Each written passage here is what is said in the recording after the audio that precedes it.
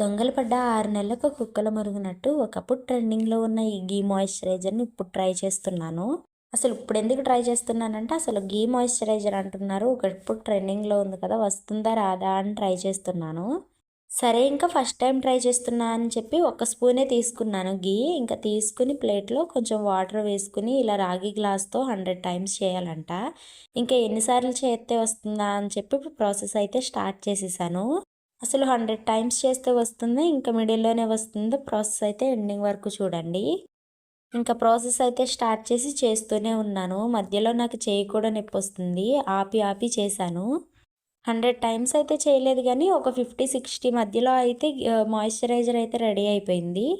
అసలు moisturiser ready అయిందో లేదో నువ్వెలా చెప్తావులే అనుకోవచ్చు. ఇంకా మనం ఇలా రౌండ్‌గా చేస్తున్నప్పుడు మాయిశ్చరైజర్ ఒకవేళ రెడీ అయిపోతే కొంచెం వైట్ కలర్‌లో అయితే వస్తుంది. ఇలా అయితేనే ఇంత సాహసం చేసి మాయిశ్చరైజర్ అయితే రెడీ చేసేసాను. మాయిశ్చరైజర్ అమౌంట్ అయితే కొంచెమే వచ్చింది. నేను తీసుకున్న నెయ్యికి అదే ఎక్కువలే అనుకున్నాను.